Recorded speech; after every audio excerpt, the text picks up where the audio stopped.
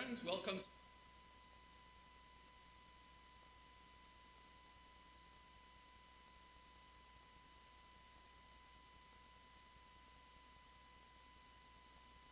Sure, that is turned on. There we go. Welcome to our live stream community. Wbuc Beach United Church acknowledges we are situated on the traditional land of the Anishinaabe people. We acknowledge the enduring presence of First Nation, Métis, and Inuit people on this land and are committed to moving forward in the spirit of reconciliation and respect. Some birthdays to celebrate. Hannah French, Lawrence Coughlin, Penny Robertson, Barb Hood, Bill King, and Gail Harris. I saw Gail wearing her name tag today.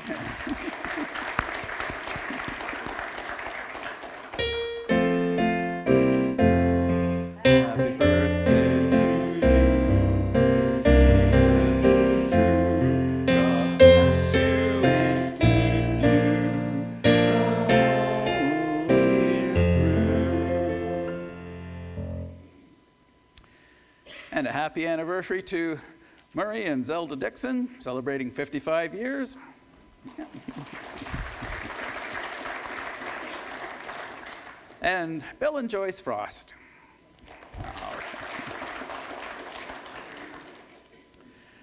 And friends, today we welcome Dean Culver and Shah Mohammed of Unity Collective, and you're going to be sharing the vision of this grassroots movement with us. And for this community, we may discover that the flow of the grace, peace, and hope of the Spirit moves within this holy place for the glory of God, aligning with the flow of dreams and goals of others in the neighborhood. Who knows what kinds of possibilities and partnerships might come to be. And we have Jane sharing a bridge story today. Good morning, everyone. For the last few weeks, we've been discussing how we build bridges within our community and how we build a bridge with God. First of all, we need to know that our goal of $45,000, we are currently at $35,478. So you are to be congratulated. Part of what building the bridge is making sure we can build ourselves closer to God. And so this morning, I'm not going to be sharing a story as I have been for the last few weeks, but I'm saving the best for last, and that'll be in 2 weeks' time. So take a moment, think about how you can build a bridge to be closer to God, and God bless.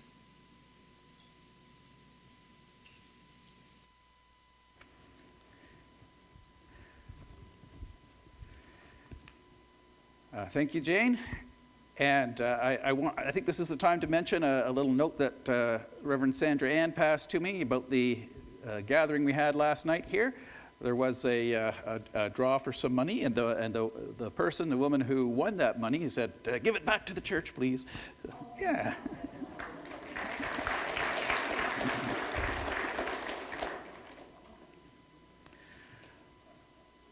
There is the announcement there about the Murder Mystery Dessert Show.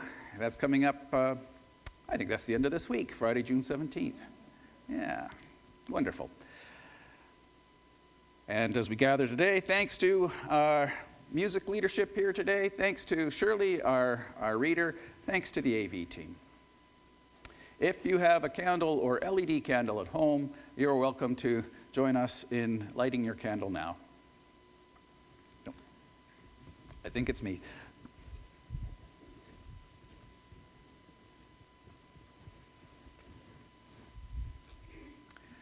We light this candle as a sign of the Spirit at work in the world.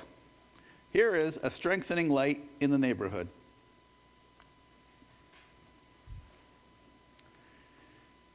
And with this peace candle, receive the breath of reconciling peace given to the church.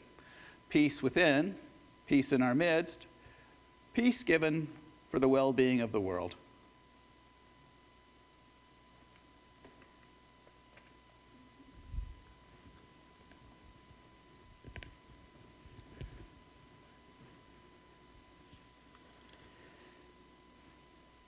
We join in the call to worship.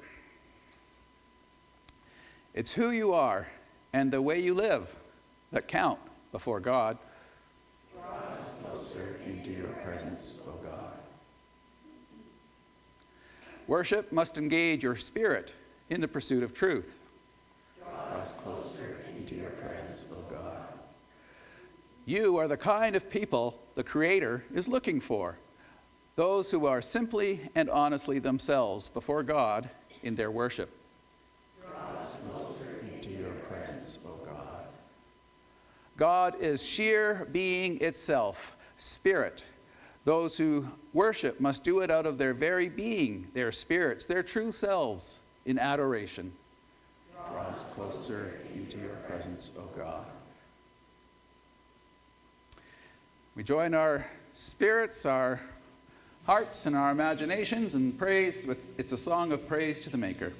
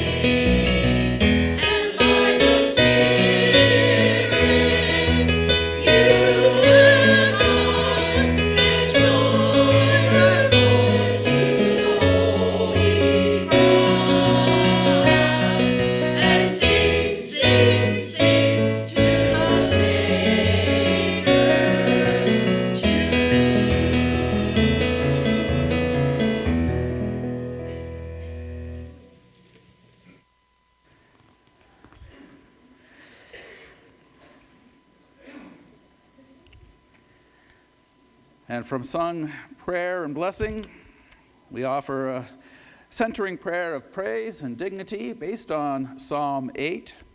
You may notice a lot of creation themes coming through. It is Trinity Sunday, and one of the themes of Trinity Sunday is Creator God and Spirit hovering over the face of the earth in the beginning, the wind and breath of God. Holy God, Creator, I look up to the night sky. I see the moon, its mountains and valleys and craters. That's when the sound of nursing infants becomes a gurgling chorus of praise, and the songs of toddlers make for a sweet hosanna. Who are we, mere vulnerable human beings, that you have provided a home for us in your love? when I wonder about the intricate science of creation and the fragile features of the suffering, wounded world, when I hear about a planet so often at war, that's when I ask, who are we, mere vulnerable human beings, that you have provided a home for us in your love? When I remember Jesus, his humility and compassion, when I look upon a cross, a tool of criminal execution, I wonder, who are we, mere vulnerable human beings, that you have provided a home for us in your love? The truth at the heart of our faith that you are love echoes today in words and in music and continues to challenge us. Open up our hearts and minds to recognize our own racism, sexism, heterosexism, ableism, sizeism, and all the many ways we fear those who are different from us. Who are we, mere vulnerable human beings, that you have provided a home for us in your love? You have chosen to make us a little less than divine and give strengthening gifts to your beloved, eternal life, fruitfulness in the Spirit, a crown of glory. Who are we, mere vulnerable human beings, that you have provided a home for us in your love?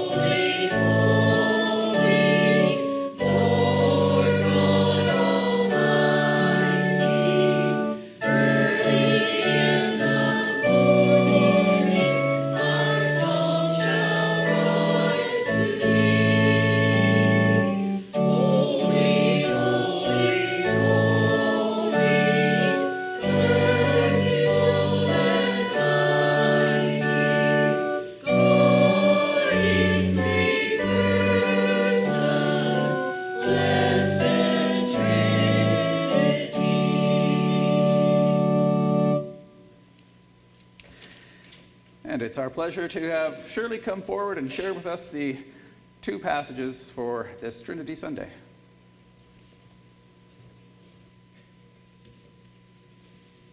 Good morning. Don't you just love that old hymn, Holy, Holy, Holy, every once in a while? Our first reading this morning is from Proverbs, and it glorifies wisdom. In chapter 8, verses 1 to 4 and 22 to 31. Listen, wisdom is calling out. Reason is making herself heard. On the hilltops near the road and at the crossroads she stands. At the entrance to the city, beside the gates, she calls. I appeal to you, mankind. I call to everyone on earth. The Lord created me first of all, the first of his works long ago. I was made in the very beginning at the first, before the world began. I was born before the oceans, when there were no springs of water. I was born before the mountains, before the hills were set in place. Before God made the earth and its fields, or even the first handful of soil. I was there when he set the sky in place, when he stretched the horizon across the ocean, when he placed the clouds in the sky, and when he opened the springs of the ocean and ordered the waters of the sea to rise no further than he said. I was there when he laid the earth's foundations. I was beside him like an architect. I was his daily source of joy, always happy in his presence. Happy with the world, and pleased with the human race. Our second reading is from John, and I'll be reading verses 12 to 15. In this reading, actually in the book of John, Jesus is with his disciples, and he's preparing for them what the future holds for him and them. I have much more to tell you, but now it will be too much for you to bear. When, however, the Spirit comes, who reveals the truth about God, he will lead you into all the truth. He will not speak on his own authority, but he will speak of what he hears and will tell you of things to come. He will give me glory, because he will take what I say and tell it to you. All that my Father has is mine. That is why I said that the Spirit will take what I give him and tell it to you. May God bless these holy words.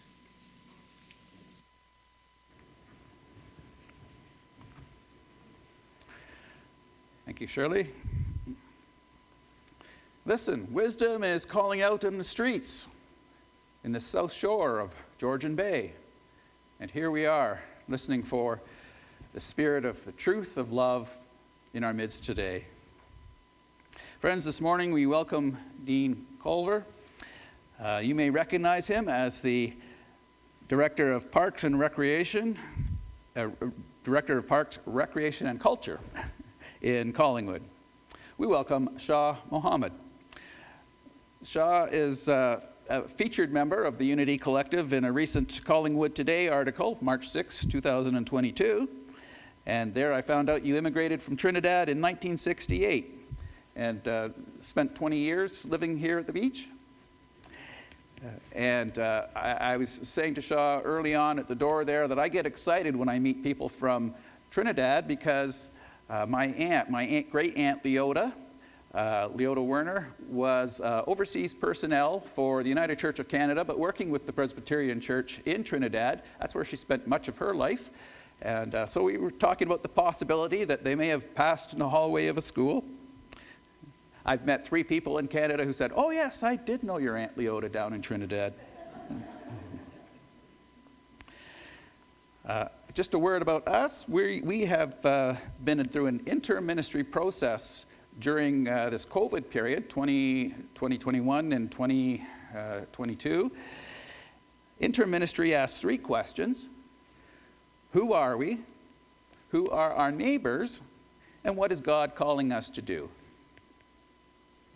So for us, we've said that we value community, friendships, hospitality, and there are indicators that we are leaning into a progressive kind of understanding of God. We've voted to explore becoming an affirming ministry. That means we're having a discussion about what that would mean for us.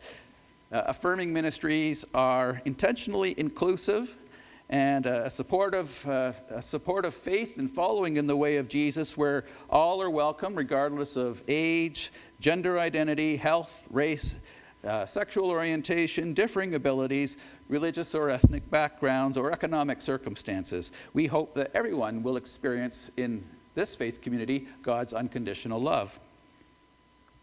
So you are here today to help us with the second key question, who are our neighbors? And we would have liked to have worked on this connection earlier in our process, but we were a little bit delayed by COVID.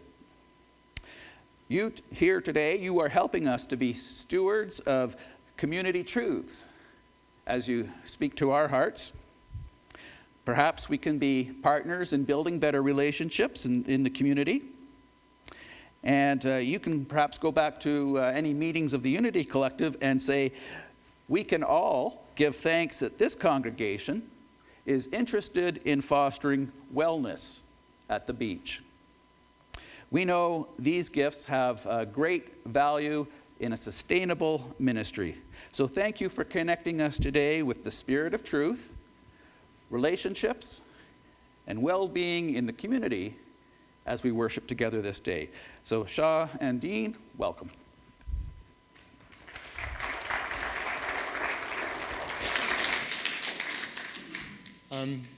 First of all, thanks very much for having us today, and thanks to Reverend Werner for the invitation. And I will say, even just in the brief time that we've been here, to see that your readings and your recitations tend to inhabit or revolve around inclusion has been really important, because, you know, over time, the Bible hasn't always been kind to people who are seen to be different. and it has to do with interpretation and how those interpretations are used. So when I see in everything that you all have put together in the community that you're building that is inclusive, it's really good, and it's reassuring and it's reaffirming of what we've been trying to do.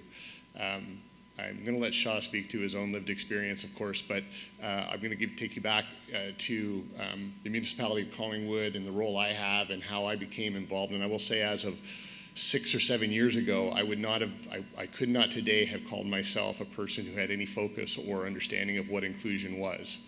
I was working away in our job, being a bureaucrat as I am, and interfering, hopefully trying to support, but also seen by some to be interfering in their lives the way bureaucrats do.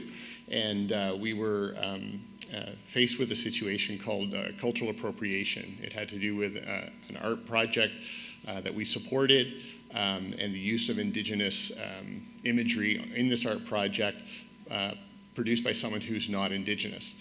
And we knew nothing, but we got called on it. We got told that what we were doing was inappropriate, or what we were supporting was inappropriate, and we reverted to the place that I get to as a privileged, entitled white guy, saying, well, no, our intention was good, and we used that as our excuse initially. Fortunately, the person who brought us to task on this didn't accept that excuse. And we did, I will say, 2 weeks of really, really intensive research into what cultural appropriation is and why it's harmful. And that was really the beginning of our journey, because understanding what identity is, understanding what expression is from a cultural perspective is really the learning that everybody, I believe, and according to what's been said this morning already, that's the work that needs to be done. So this was 5 or 6 years ago. We go from there to things like our waterfront master plan, where our architect who led the master plan said, you need to build some recognition of the Indigenous presence. That led us to our gathering circle, which I hope some of you had the chance to visit. And if you haven't, I do welcome and invite you to go there, because it is reflective of Indigenous tradition.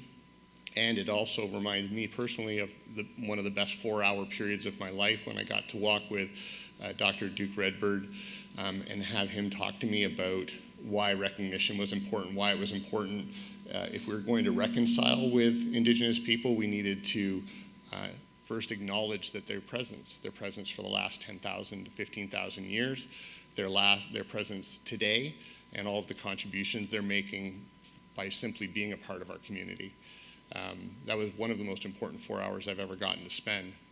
We fast forward a little bit, and so we have our gathering place. We're understanding a lot of Indigenous cultural relations. We understand what the treaty situation is in our area. We now have the Truth and Reconciliation documents to work with to help build actions. All really good stuff, but coming in through the side door was a problem with a Confederate flag. Residents in our community who flew Confederate flags.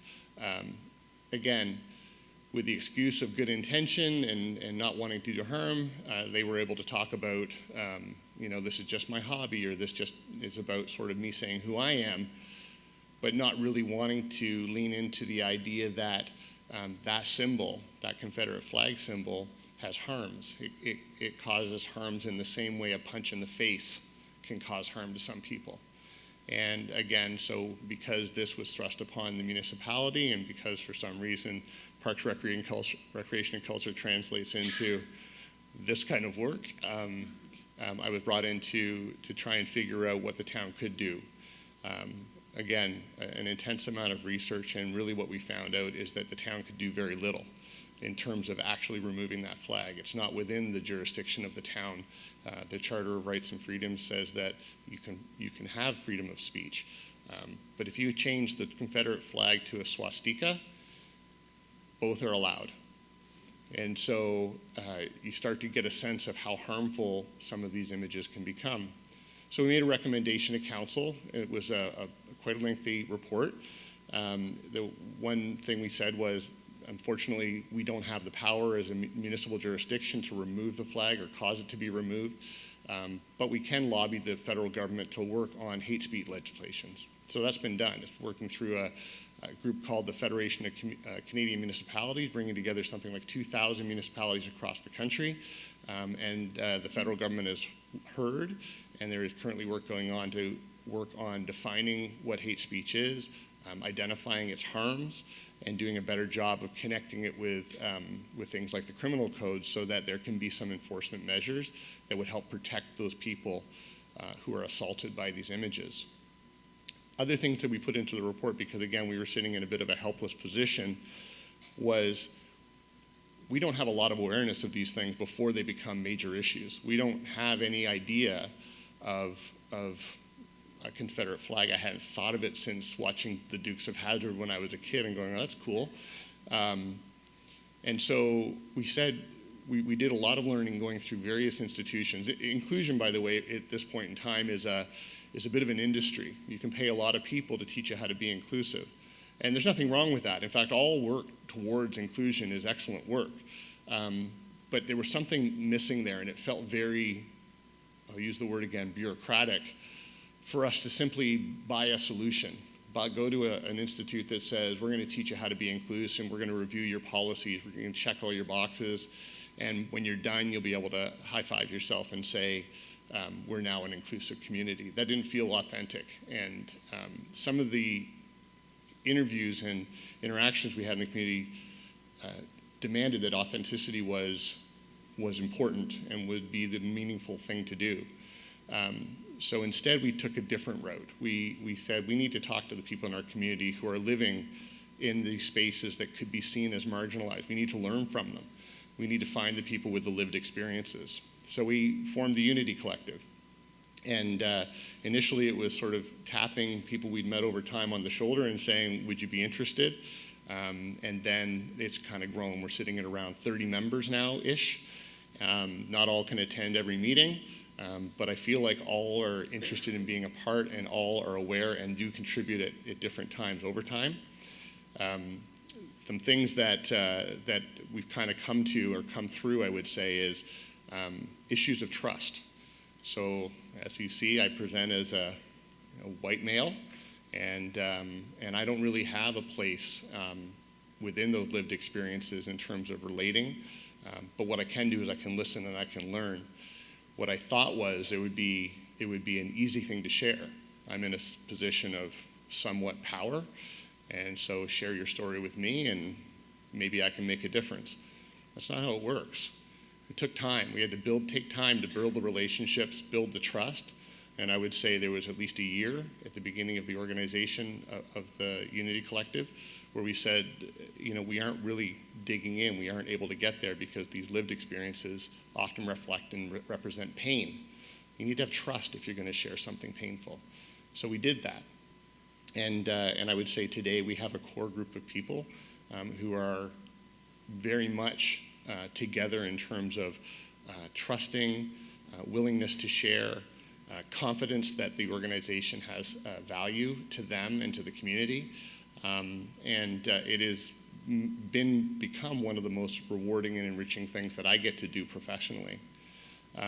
Something else that we had established early on that we sort of reinforced is the idea that it needed to be outside the reach of council. And the reason for that, it sounds kind of weird because when we have committees always report through council. But when you're looking at systems, when you're looking at things that you can't even see, it's really important to have objectivity and have the objectivity or the ability to speak from that objective position. So as we go through doing the things that we've always done as a municipality, the concern is that we're continuing to make these systems of oppression strong. And what we need to do is question. And so we created the Unity Collective outside the arm's reach of council, but they report back to council. They share ideas, they share thoughts, they share perspectives through staff. And it has had an amazing impact on my entire organization, not just the department I'm in, but Public Works, the clerks and legislative services area, planning. We're looking to try and become the first community in Canada to have what we're calling an inclusion planner, so that as we go and build communities, we're aware of where balances need to be checked and made in order to allow for people who have suffered from oppression how they would, to give them the opportunity to have the same kind of life that I get to enjoy. Anyway, I won't go into a whole lot of detail, but I will say that the impacts have been wide-reaching and very, very deep, and I'm super, super grateful to have this as a part of my career. One of the things I'm most grateful for is my friend Shah, who we've developed, I think, a strong relationship, a friendship, and it's incredibly meaningful to me. One of the things that I get from it, and it's not all about me, I promise, is that I get to have a coffee with Shaw once in a while, and it literally changes my week. It changes everything about the way things are feeling. In a job like I have, with an intense amount of pressure, with 24,000 people's expectations weighing on me, with big things that often go wrong, money we have to spend and things like that.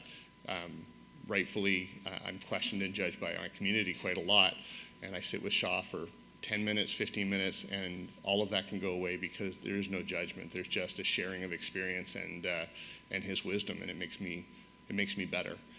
So I would like to ask Shaw to come and share his experience. As you can tell, we're a little free form, but I think you'll enjoy hearing about Shaw and why he thinks the Unity Collective is important in the community. Shaw.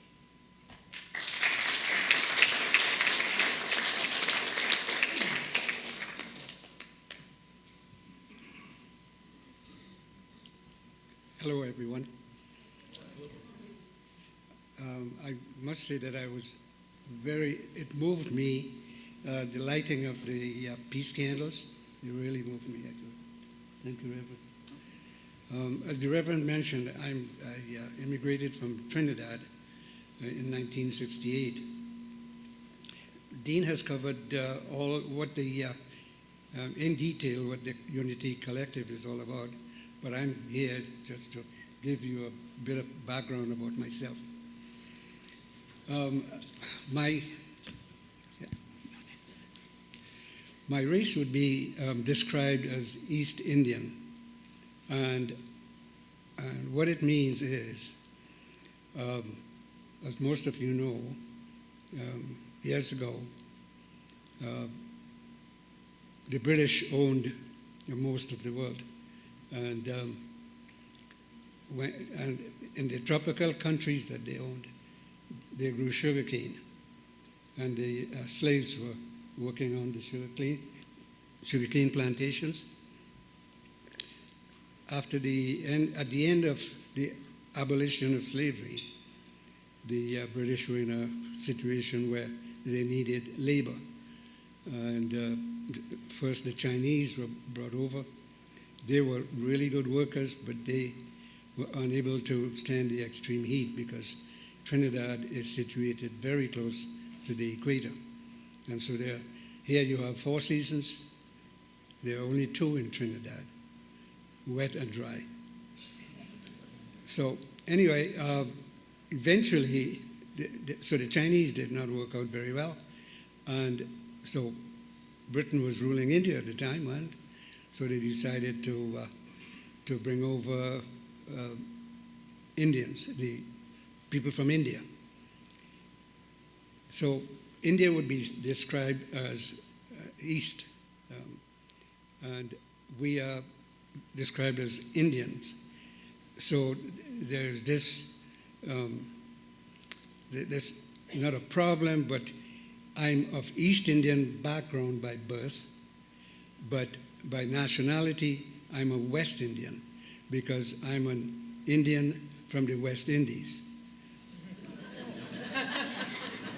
So the description for people who come from India, live in Canada, they are East Asians, whereas I would be described as West Indian. As the Reverend mentioned also about, was it your sister you said? My great aunt. Your great aunt. The first school I attended in Trinidad was actually run by the Canadian Presbyterian missionaries. And so my village was called Warrenville, and the school was named Warrenville CMI School. What it meant was Warrenville Canadian Mission Indian School. Now, the only reason for the Indian was at the end, after the abolition of slavery, the black people were invited by the British to stay on, and they would be paid, no longer slaves, but they would be paid for their labor. However, they decided against that. And so when all the sugarcane plantations were in the middle of in the rural areas, of course, and so this was in the middle of the island where the blacks moved to the city, which was both to the north and the south ends of the island. So it was rural area, and all the plantation workers were Indians. So that's why I guess the missionaries decided to name it Indian School. However, a few years after, some years afterwards, the name Indian was taken out and it was just Canadian Missions. So I am deeply grateful for the Canadians and the missionary, the Presbyterian Church for my early education.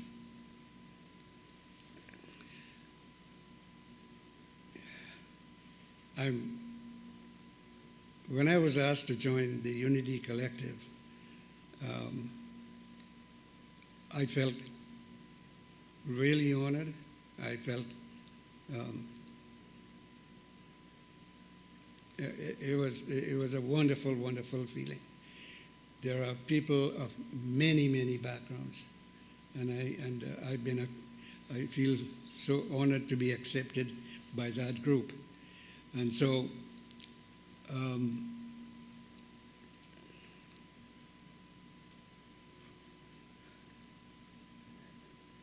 when I first came to Canada, I decided to move directly to Barrie rather than where most immigrants would stay in, say, Toronto, and there would be small groups of people like, so you know, you have the Greek community and the Italian community and the various other communities. But my idea of coming to Canada was I wanted to assimilate into the society. I wanted to be a Canadian. And so I moved. I came directly.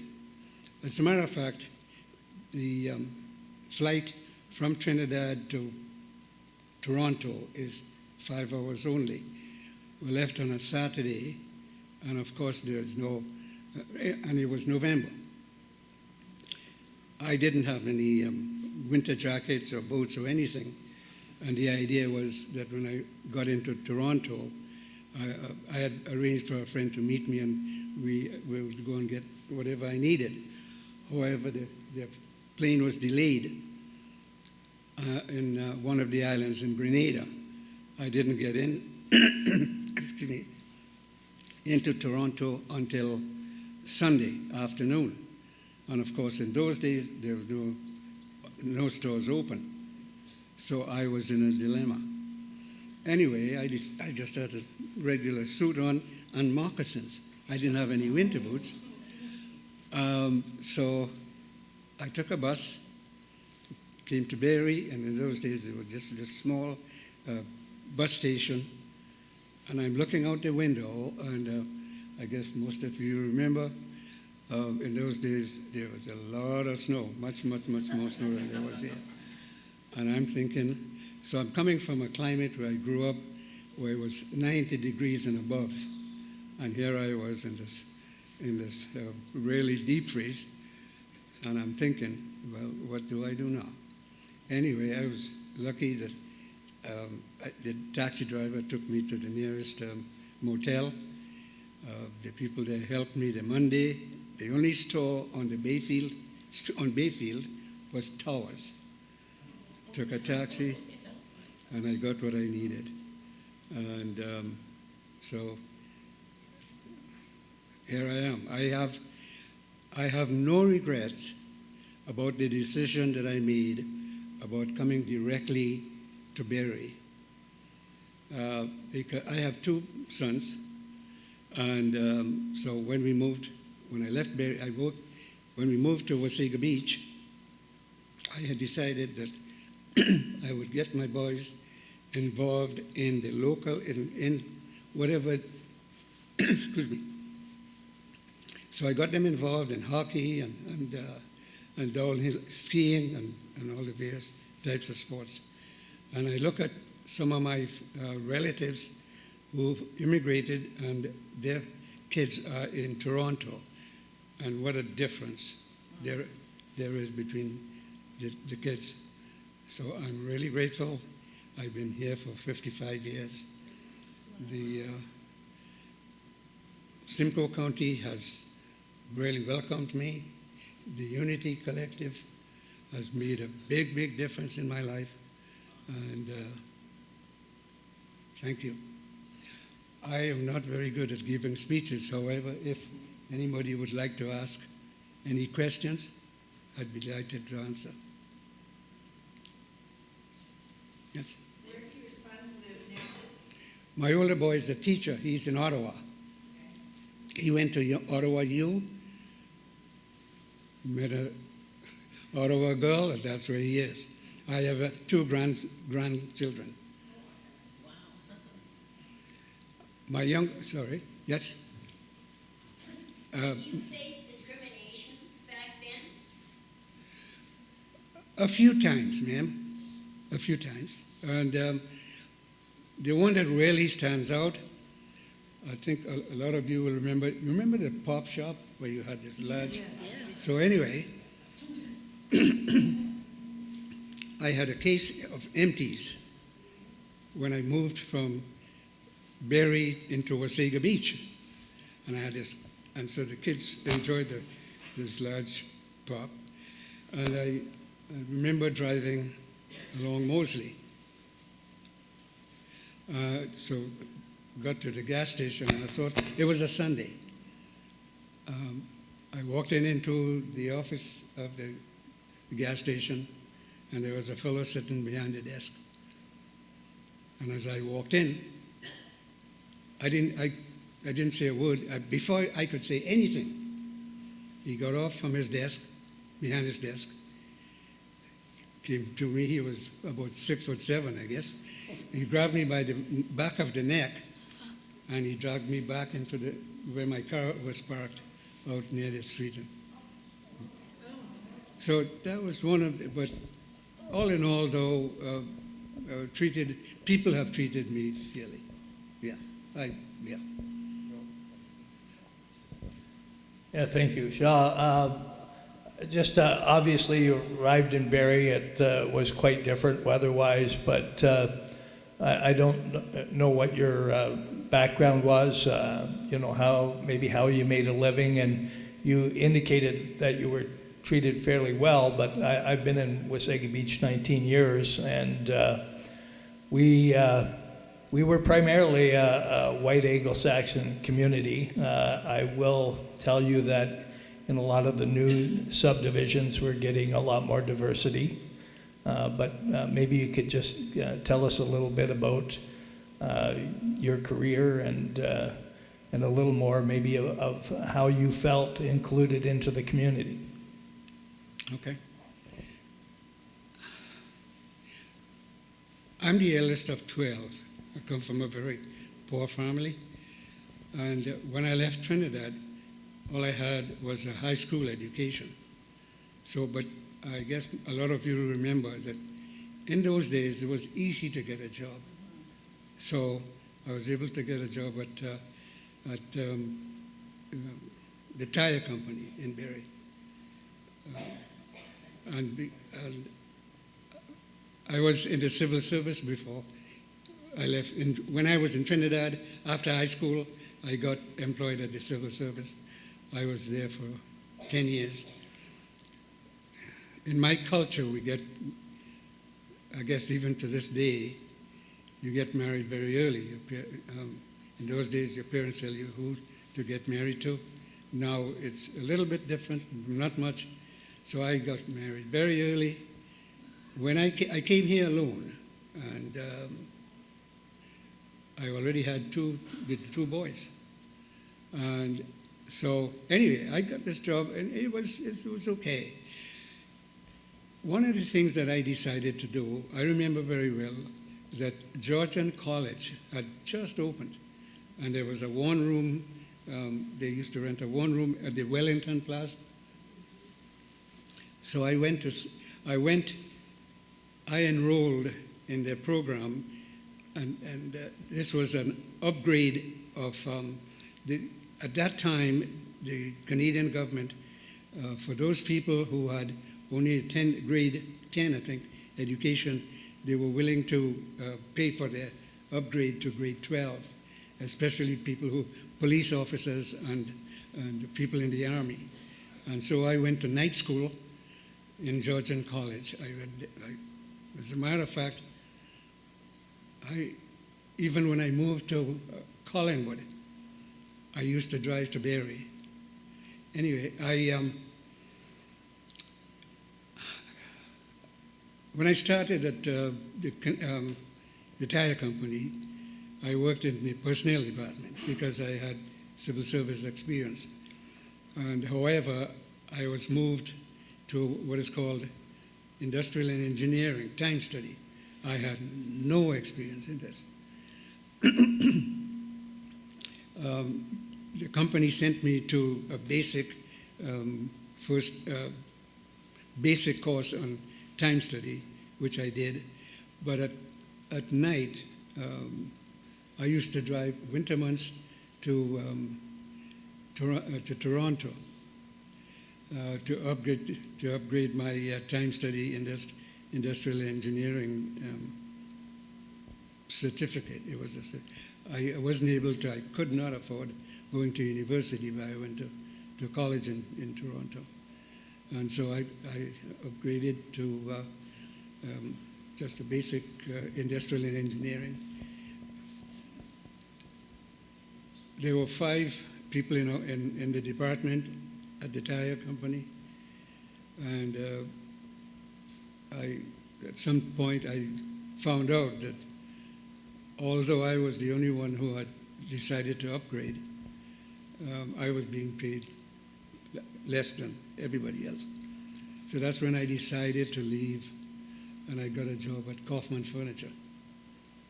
So that's why I moved to the area, moved to Wbuc Beach, and I eventually were forced to move into Collingwood because my wife is not of good health, and so it'd be closer to the hospital. Yeah. So to answer your question, it's I should mention. So when living in Barrie, there was only one other colored couple. So coming from a different background, different culture, and not being able to mix with any, but by and large, people treated me fairly. When I moved to Wbuc Beach, the permanent population was 4,500. And, well, of course, as you know, in the summer months, the population just swelled with the tourists, but as soon as the CNA is opened, everybody moves back to Toronto. And so I remember very well, of course, in the fall, when I had to leave, Bay Colony, just up across from Bay Colony, there was a small subdivision. It's called the Wilson subdivision. And we lived there, and to drive to the arena in late fall and not seeing anybody in the street. It was such an experience. So, yes. And as a matter of fact, there was only one other colored couple in Wasaga at that time. Yes, Wasaga. I remember, it's hilarious. So I'm at a hockey practice one Saturday morning, and I'm standing on the bench, sort of watching the game, and of course I got to know parents of the other players, and there was this little guy. He must have been about 4 years old, And his name was Deacon. They called him Deke. So I'm standing here, and next thing I know, Deke is right beside me. And of course, I have my winter clothes on. And so, anyway, so I look down. I said, "Hey, Deke, how you doing?" He looks up at me and he says, "Don't you ever wash?" So, and I mean, to tell you the truth, I just burst out laughing. I thought, I could understand this little kid's confusion because he is not able to see anything other than my face because I had glass. And so he's thinking, what is wrong with this guy? Because of my brown skin, brown face, he's confused. And I thought, it was hilarious, really hilarious. The other thing too, at the beach here, I got, as I mentioned, my kids involved in different things, and I was involved in the minor hockey. So I became a member of the rec committee in town, and I was also president of the minor hockey association because I couldn't skate or anything, and I just wanted to be part of the community, part of the hockey system. And so one evening at the end of a meeting, we went to the Waldhorn, not the Waldhorn, it's on 30th Street now. It's anyway, we went to this bar, and we were sitting around a table, and we were talking among ourselves about hockey, about the meeting, and there was a couple sitting just to my right. And we were talking away, and then all of a sudden I'm thinking, well, this person, he's right beside me, the gentleman. And then he looked up at me too as well, and he says, "And what do you know about hockey?" He was really confused because at that time, in the 70s, 80s, there was no brown kids playing hockey. My two boys were in the hockey team, and I was, I guess he knew the conversation that I was in some sort of within the executive.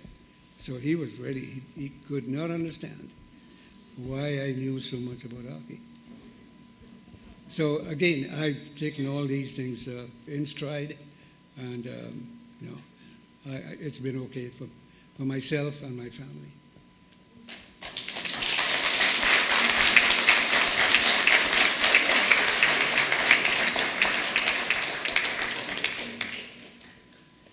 Was he ever interested?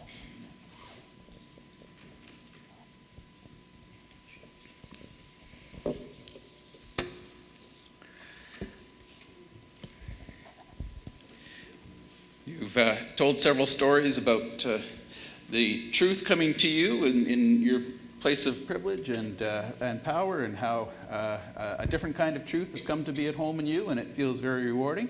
You've shared some wonderful stories about the changes of this community and how you have built a life here.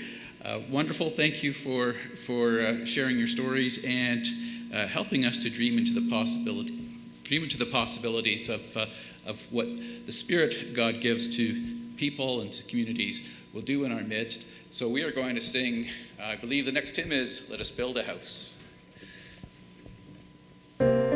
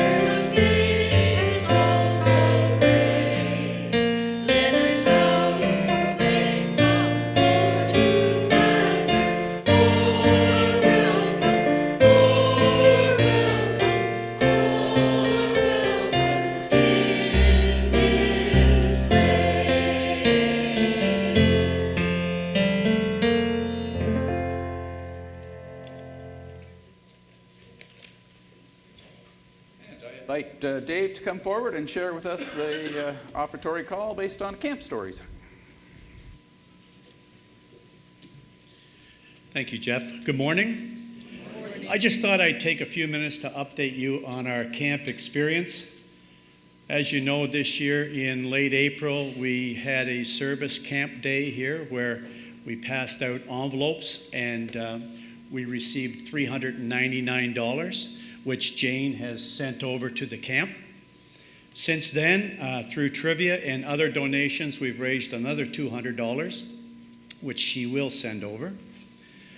But I want to talk to you briefly about one particular day in May where 6 gentlemen met in the parking lot and we were going to the camp to clean up the camp. In one car there was George Howie, Patrick, and Brian Armstrong. In the other car there was myself, Bill Black, and Bruce Dobson. Now it is a 3-hour drive, or a 2-hour drive, I should say, so it's a long drive. I don't know what happened in the other car, Brooksy, but I know in our car, Bill and I were serenaded by Bruce Dobson on every song he's going to sing at the next open mic. Every song, Bonnie.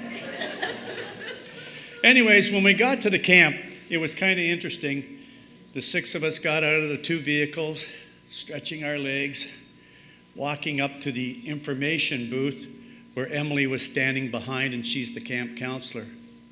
I couldn't help to wonder if she was thinking, what are these old dudes gonna do?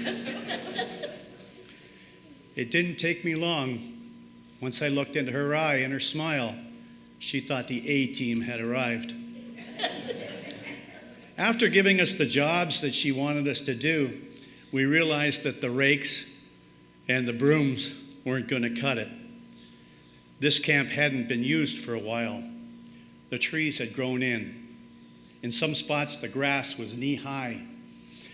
Twigs all over the place, needles all over the place. If you just show one picture for me, that is Camp Sempreska. That area we cleaned up, the grass was up to the top of that railing. That's the lake that they overlook.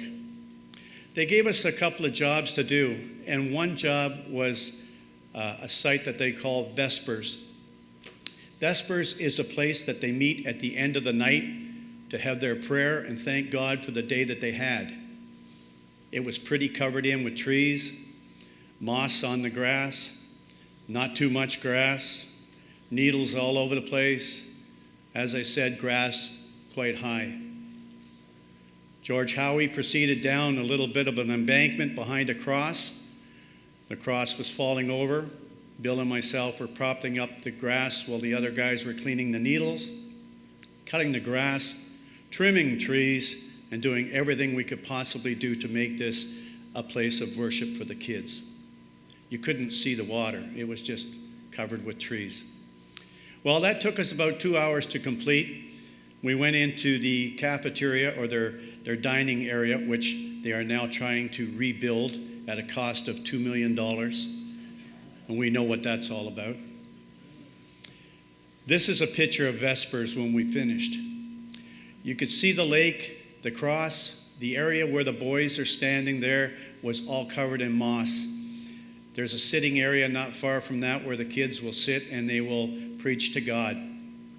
When we were having our luncheon, which was, according to George, the best lunch that he's ever had, roast beef, trimmings, all the fruit that you can imagine, all the pastries that you can imagine, Emily sat with us and she introduced herself to us, and she wanted us to introduce ourselves to her, asking about our grandchildren's, our jobs, everything we did.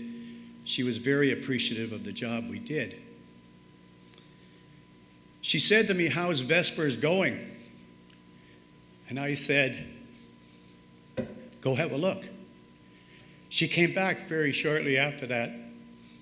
One word: "Wow." That really struck us. On the way home, I couldn't help but think in between naps,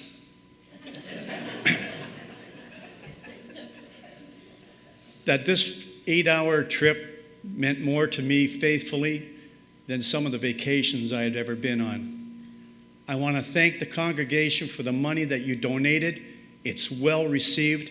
And I want to thank my boys. I am so proud of you.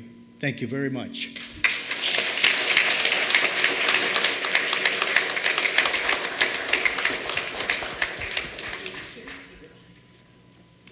Thank you for celebrating the gifts of this congregation. Our offering will be received.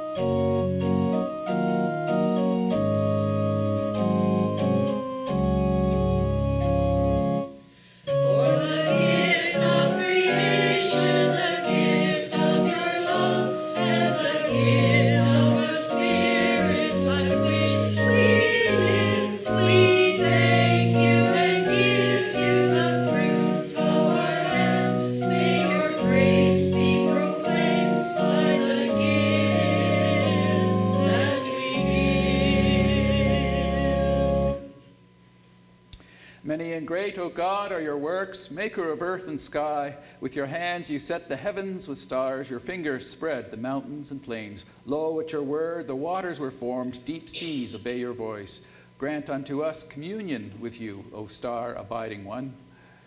Thank you today for Dean and Shaw, who have spoken their truth. The language of holy love dwells among your people. Thank you for keeping us open to a fuller flow of relationships, truth, and wellness at the beach. We dedicate camp days for children and the ministries and programs of this faith fellowship, praying that our contributions today will double the impact because of the bridges you build between your joyful desires and all that we are able to give and do. Bless us all with life that has no end, eternal life with you. Amen.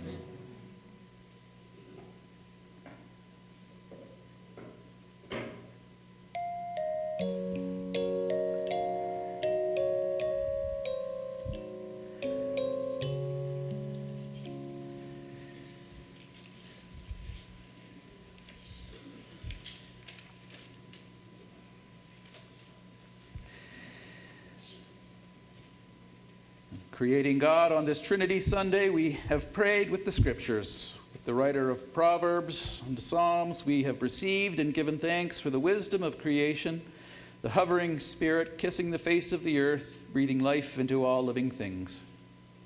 Creator God, we stand in awe and pray to live with respect in creation. Truth-telling Christ, we stand in awe of your commitment to refashion relationships and community with reign of God values, in reconciling peace, in generosity and justice toward the suffering of the world, too often blamed as the cause of their own problems, in your gift of unconditional love and being a non-anxious presence, in caring the Spirit of truth and your people together in prayer. Where governments act with violence against others, where governments fail to act to protect the children, come to us, Jesus, and reveal how it is when divine love shows up in the neighborhood, and help us to fall down in awe of your commitment to religious transformation into wellness. Holy Spirit, be our companion in communities of faith built upon the strength of core values, where blessings of healing and fruitfulness are nurtured among your people, as we lift up those who are on our praise and prayer list in the silence of our hearts, bringing them into your presence this day.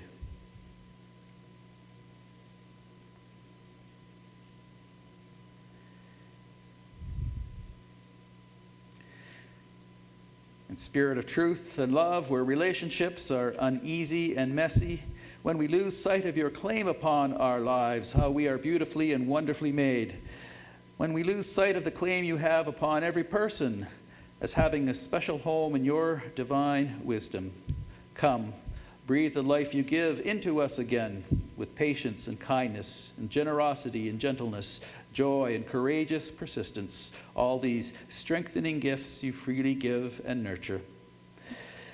Creator God, truth sharer, wise companion, thank you for the prayers, for the hearts of your people this day as we pray together.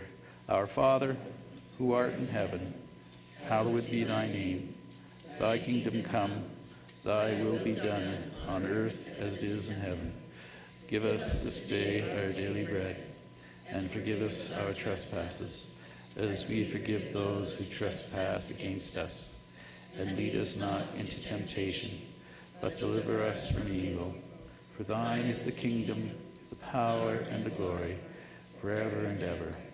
Amen. Our hymn for going forth this day, Draw the Circle Wide. There is coffee fellowship, as was mentioned early on. We're back to having that again, so you'll have an opportunity. Dean and Shaw, you're going to be staying for a little bit. That's great, and we'll be in Lockhart Hall.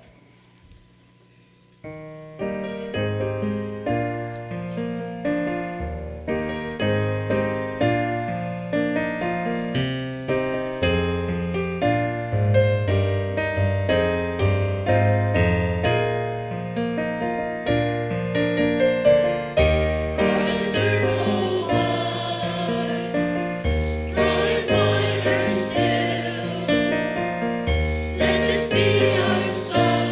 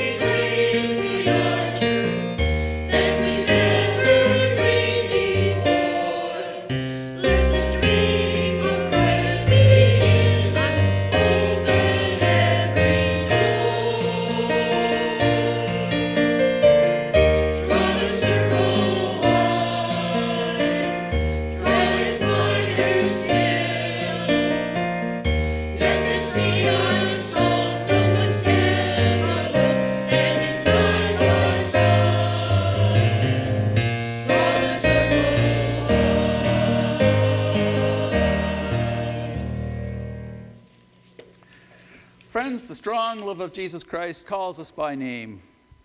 Simon Peter, James and John, Martha, Mary. Speak your own name. There we are. The strong love of Jesus anoints us for the reign of the living God here in this neighborhood. Moved by the Spirit, we are witnesses to what God can do to renewal, into a revival of hope and possibility. We are called by love, anointed by love, and inspired by love. Good friends, the Lord bless you and keep you. The Lord's face shine upon you and be gracious to you. The Lord look upon you with kindness and give you peace.